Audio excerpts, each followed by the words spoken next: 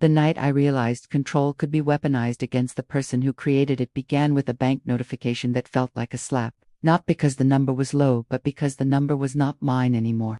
And in that moment I understood something terrifying and liberating at the same time, that power does not always shout. Sometimes it whispers through paperwork, signatures, and silence. And before you go any further, pause for 1 second. If you like deep, realistic revenge stories where intelligence beats cruelty, hit like, subscribe, and comment where you are watching from, because this story only gets sharper from here. Now let me tell you how I ended up here, sitting in my apartment in Chicago at 2 in the morning staring at my phone, realizing that the man who once promised partnership had quietly turned my entire life into a controlled experiment. His name was Daniel Carter, a self-made financial consultant, polished smile, tailored suits, and a voice that always sounded reasonable, even when it was slicing your freedom into pieces. We met in our late 20s, both ambitious, both hungry, both convinced love and success could grow together. And at first it did. We built routines, dreams, and eventually a marriage that looked perfect to everyone outside it, but behind closed doors.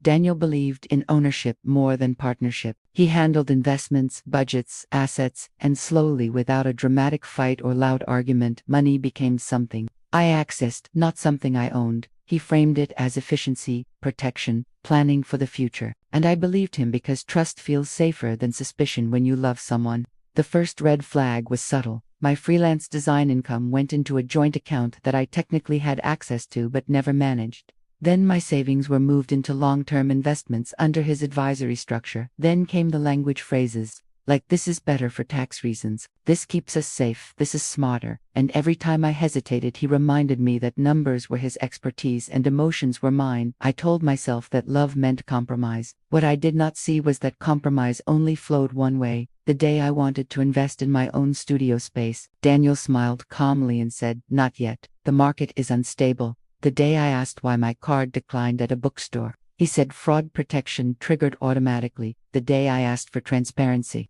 he showed me spreadsheets without access, and somehow I felt guilty for wanting control over my own money. The shift from partnership to permission was so gradual that by the time I noticed it, I was already living inside a system designed to limit me. The worst part was not the control, it was the way he justified it. Every boundary I questioned became proof that I was irresponsible, emotional, or naive. He never raised his voice, never insulted me directly. He simply positioned himself as the adult in the room, and me as the risk. And when someone controls your finances long enough, they begin to control your confidence too. I stopped proposing ideas, stopped dreaming out loud, stopped believing my instincts mattered, until one evening, after a dinner with friends where Daniel joked about how lucky I was to have him manage everything, something inside me snapped quietly, not in anger but in clarity. I realized he did not see me as a partner, he saw me as a dependent asset, and assets do not get autonomy. That night I opened my laptop and started reading. Not about divorce, not about confrontation, but about financial independence, silent preparation, and legal structures. Because I knew one thing for sure: direct confrontation would only tighten his grip. Daniel thrived on debates and justifications. What he did not expect was patience. The first move was education. I took online certifications in financial literacy, asset management, and business structuring under a separate email he never knew existed. I learned the language he used against me so fluently that it stopped intimidating me. Then, I reopened my freelance work quietly, raising rates, taking international clients, routing payments into a digital account, registered under a business name I created legally, a single-member LLC that I funded slowly and cleanly, every dollar documented, taxed, and protected. I did not hide money illegally, I hid growth strategically. Meanwhile, Daniel continued believing control meant victory. He tightened budgets, questioned expenses, and monitored accounts, unaware that my real progress existed outside his field of vision. I played the role he expected: agreeable, compliant, financially quiet, and that was the most important part, because men who control hate surprises. Months passed, then a year. My LLC grew, my investments diversified, and my confidence returned silently. I stopped asking permission for small things, not because I wanted rebellion but because I no longer needed validation. The night Daniel noticed something changed, he asked why I seemed different, calmer, less dependent, and I smiled and said I was just focusing on myself, which was the truth. just not the whole truth. The real shift came when he attempted his biggest flex, during an argument disguised as a discussion. He reminded me that without him, I would struggle financially. That statement landed differently than he expected. Instead of fear, it gave me confirmation. I realized his power existed only as long as he believed I had none, so I prepared the final structure: a personal investment account, under my own advisory agreement, a retirement plan he could not touch, and a legal review of every joint asset. I learned what was shared, what was separate, and where leverage truly existed. Revenge does not always require destruction. Sometimes it requires independence so complete that the controller becomes irrelevant. And I was almost there, but not fully, because true freedom required one last move, not loud, not emotional, just undeniable. The kind of move that shifts the balance forever. And that move would begin the moment Daniel realized that the system he built to cage me had accidentally trained me to escape it better than he ever imagined. The moment I decided the next phase would not involve secrecy, but precision. I shifted from survival to strategy, because hiding growth is one thing but designing freedom is another. And Daniel, obsessed with control, never noticed that control creates patterns, and patterns can be studied, predicted, and quietly dismantled. I began by observing him the way he had always observed me. His habits, his blind spots, the rules he enforced versus the rules he ignored. Daniel believed in structure only when it benefited him. He preached discipline but loved convenience, especially when it came to authority. He trusted institutions, titles, and his own reputation so deeply that he never imagined someone inside his world could operate. Beyond it, that arrogance became my leverage. I started attending industry events under my business name. Always during hours, he assumed I was working on client drafts. I networked carefully, not chasing attention, but building relationships with people who valued results over charm. Venture advisors, startup founders, private investors who respected competence and discretion. Each conversation sharpened my understanding of how power actually moved in the financial world. Not through domination but through optionality. The more options you have, the less control anyone holds over you. Meanwhile, at home, Daniel continued his rituals, reviewing accounts, explaining market shifts, reminding me how complex everything was, how lucky we were to have stability. And I nodded because nodding cost nothing and bought time. He never asked about my day anymore. He assumed he already knew the limits of my world. That assumption allowed me to expand beyond it freely. The real turning point came when his firm landed a high-profile client, a regional manufacturing group looking to restructure assets after a merger. Daniel was excited, stressed, and distracted, which made him careless. He worked late nights, delegated home responsibilities to me without noticing the irony, and left sensitive documents accessible on his tablet. Not passwords, not secrets, but context. Context is always more valuable than raw data. I learned how he structured influence, how he positioned himself as indispensable, how he subtly kept clients dependent on his interpretations rather than empowering them with clarity. It confirmed what I already suspected. Daniel did not just control me. Control was his identity. And identities collapse when they are mirrored back without admiration. I did not confront him. Instead, I mirrored his competence, quietly. I refined my pitch deck for my own firm, focusing on transparency, education, and autonomy, values that directly contrasted his approach. And then something unexpected happened. One of my contacts introduced me to a legal advisor who specialized in financial disentanglement without hostility. She reviewed my situation clinically and said something that felt like oxygen. You are not trapped. You are simply underinformed. Within weeks, I had a clear map of exit paths, timelines, and protections, not just for assets, but for reputation, because Daniel valued perception more than anything else. And perception can be preserved or shattered depending on how cleanly you move. At home, the tension grew subtle but sharp. Daniel sensed distance and responded with control, questioning expenses more aggressively, proposing joint reviews, suggesting changes that would bring my income streams under his management again. I declined politely, citing business separation advice and tax efficiency. Words he respected when they served him. He frowned, but accepted it because rejecting professionalism would expose his own hypocrisy. That was the moment I knew the balance had shifted. Not emotionally but structurally controlled weakens the instant it meets. Informed resistance, even gentle resistance. My financial independence accelerated rapidly after that. My firm landed a long-term contract with a health tech startup. Then another with an international e-commerce brand.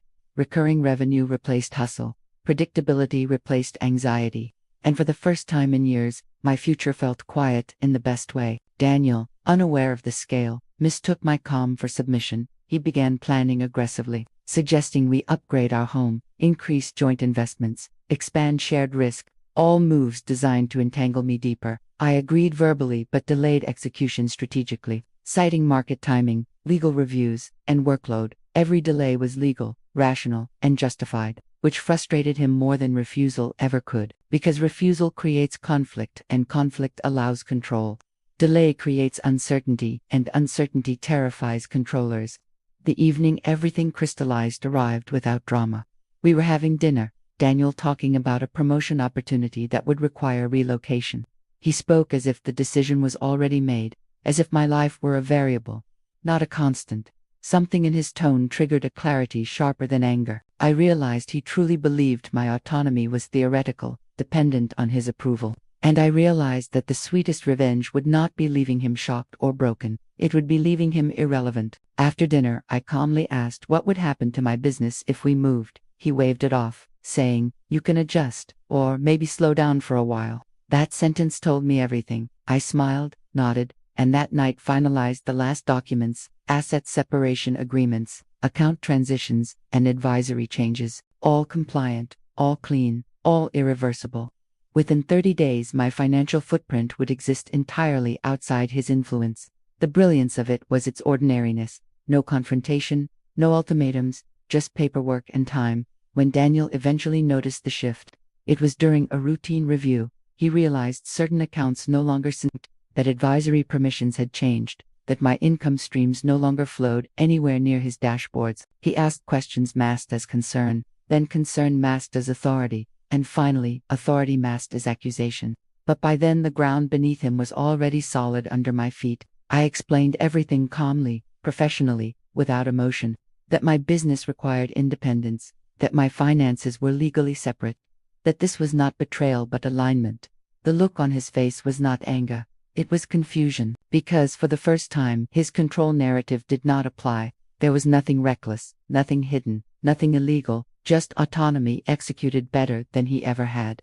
He realized too late that by teaching me dependence, he had trained me in systems, and by underestimating me, he had given me time, and time, when paired with intelligence, always wins. He asked if this meant I was leaving, and I answered honestly, not yet, because the truth mattered more than impact. I was not running from him, I was standing apart from him, and that distinction terrified him, because control only works on those who need permission, and I no longer did. The power dynamic had shifted silently, permanently, and Daniel, the architect of control, was now living inside a structure where my freedom defined the limits, not his rules. What Daniel did not understand was that freedom changes the way you see everything, not just money but behavior, tone, intention. And once I no longer needed his approval, his words began to sound hollow, like rehearsed lines from a script that only worked when the audience believed in it. He tried subtle tactics first, increased charm, surprise dinners, compliments about my intelligence that felt newly discovered,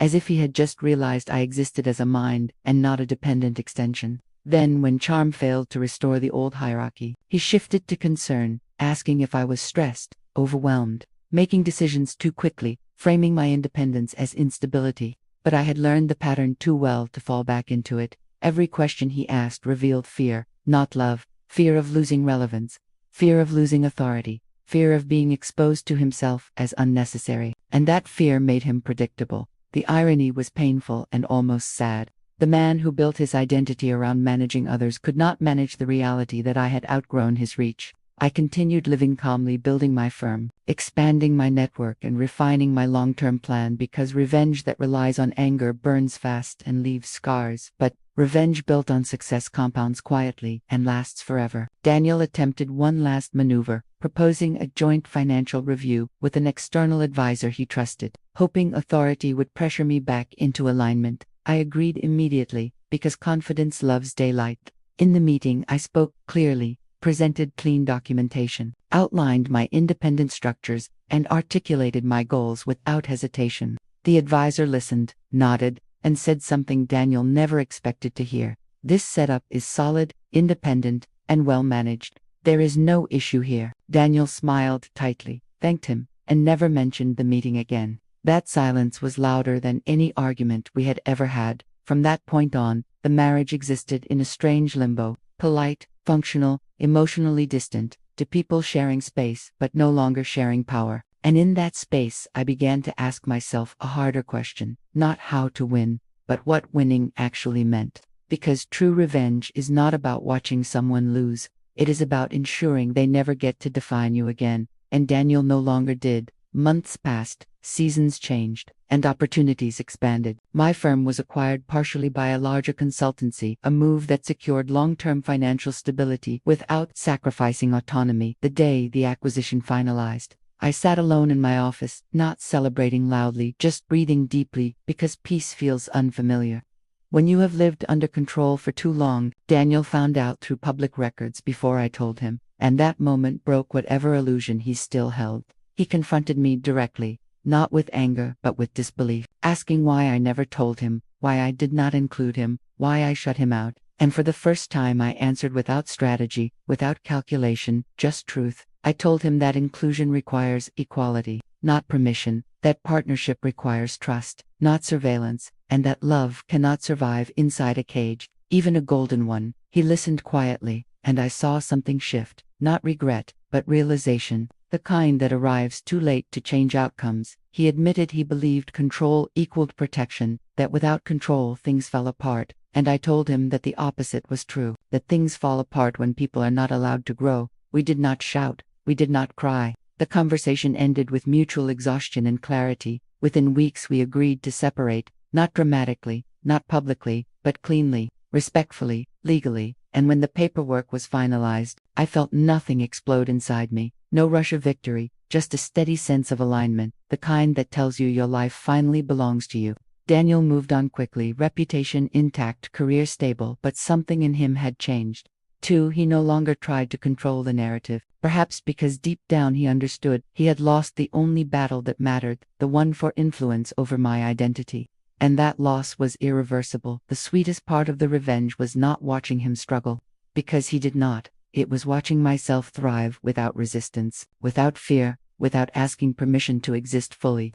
Years later, people would ask how I managed such a clean separation, how I rebuilt so powerfully, and I always gave the same answer. Quietly, patiently, legally, because real power does not announce itself. It simply removes the need to explain. And Daniel, the man who once believed he owned the framework of my life, became a footnote in a story defined by freedom, not conflict. And that is how control truly loses. Not through destruction, but through irrelevance, when the person it once confined no longer needs to push against the walls, because they have already stepped into a world without them. Freedom has a strange aftertaste that no one talks about. Not sweet, not bitter, but quiet. Like standing in a room after a loud machine shuts off and realizing how much noise you had normalized. And in that quiet I began rebuilding parts of myself that had nothing to do with money at all. Because financial control had been only the visible layer of a deeper erosion, one that had taught me to doubt my instincts, soften my opinions, and shrink my presence. And now that the structure enforcing that shrinkage was gone, I had to decide who I would become without resistance defining me. The first months after separation felt unreal, not lonely exactly, but spacious. My days were mine in a way they never had been. My decisions required no justification. My schedule answered to no one but my goals, and that autonomy revealed how much emotional labor I had been performing just to keep peace. Daniel still existed at the edges of my life through shared social circles and professional overlaps, and each interaction confirmed something important. His power had always relied on proximity. Distance dissolved it completely.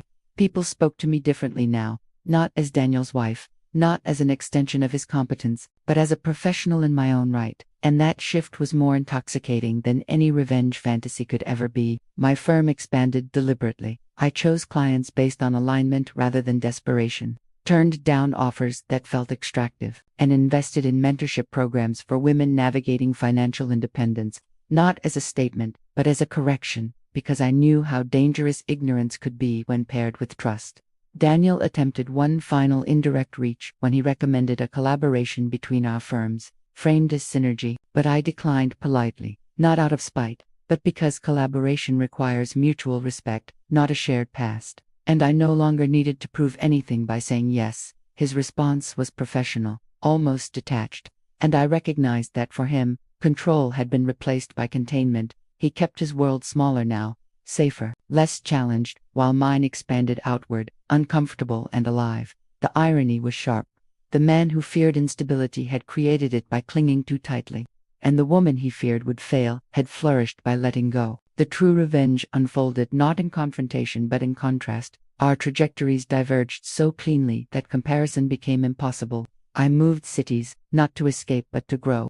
Relocating my base to New York, where my network had deepened organically, I built a new routine: early mornings, long walks, meetings that energized rather than drained me, and for the first time in years I trusted my own judgment without second guessing. The confidence that emerged was not loud, not performative, it was grounded, the kind that does not need validation because it knows its source. I dated cautiously, aware of old patterns, attuned to subtle red flags, unwilling to trade autonomy for affection, and that discernment felt like wealth in itself. Daniel faded further into the background, his name occasionally surfacing in industry news, always competent, always controlled, but never again. Central to my narrative one afternoon, while reviewing quarterly projections, I realized something profound. The revenge was complete, long before I noticed it, because revenge was never the goal. Liberation was the flex, was not how much I earned, or how strategically I exited. It was the fact that my life no longer reacted to his presence at all.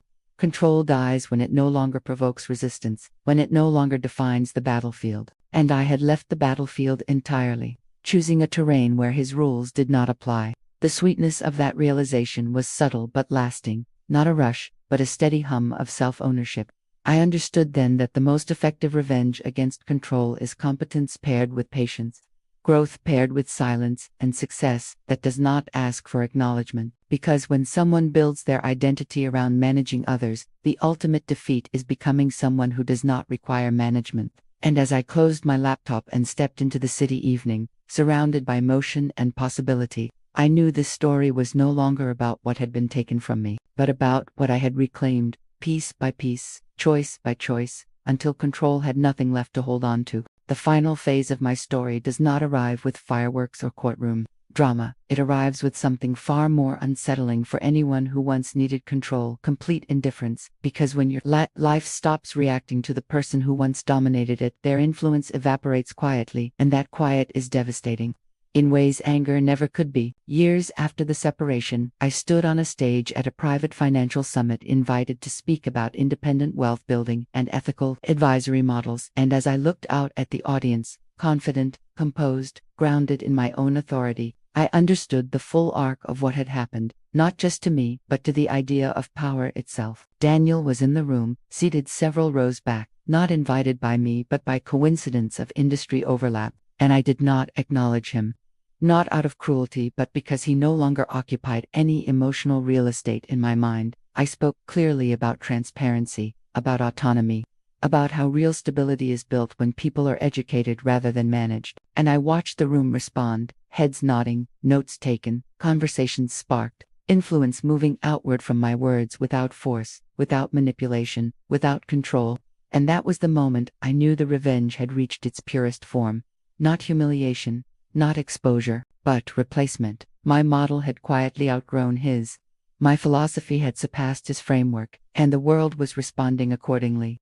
After the talk, several advisors approached me about partnerships, speaking to me as a peer, as a leader, as someone shaping the direction of the field. And Daniel left early, not defeated publicly, not embarrassed, but diminished privately, which is always more permanent, because public shame fades, private realization lingers. Later that evening, I walked alone through the city, thinking about how many people remain trapped, not by force, but by trust misplaced, by systems they never questioned until they realized too late that comfort has become a cage. And I wished I could tell my younger self one thing: that control often disguises itself as care, and the moment you confuse the two, you begin negotiating your own freedom. My life now is intentionally unremarkable in the best way: stable income, diversified assets, work that challenges me, relationships that respect me, no one monitoring my choices, no one framing my ambition as a threat, no one mistaking my competence for something that needs supervision. And that normalcy is the ultimate flex, because I remember the version of myself who believed safety required surrender, who thought love meant permission, who assumed silence was peace. And I honor her by never returning to that mindset again. Daniel eventually reached out one last time, a brief message congratulating me on a recent publication, polite, distant, almost neutral, and I responded the same way, not because I owed him anything, but because neutrality is the final boundary. It acknowledges existence without granting access, and that is something controllers never know how to navigate. They thrive on extremes, obedience, or rebellion, and neutrality starves them completely. I do not hate him. Hate implies attachment. I do not seek his regret. Regret implies relevance. He is simply part of my past, a chapter that taught me how power works when misused and how devastatingly effective it is when reclaimed. The sweetest revenge was not taking something from him. It was taking myself back fully, intellectually, financially, emotionally, and living in a way that made his old controlled strategies obsolete. And if you are listening to this story and feel a quiet recognition stirring inside you, if you see fragments of your own life reflected here, understand this: freedom does not require permission. It requires preparation, patience, and the courage to build quietly while others underestimate you. And before this story ends, take a moment. If this resonated with you, like the video, subscribe for more stories where intelligence beats control, and comment what freedom means to you, because stories like this are not just entertainment, they are reminders, and the reminder here is simple. The most powerful flex is not dominance, it is independence. And the most satisfying revenge against control is a life so complete that control has nowhere left to land.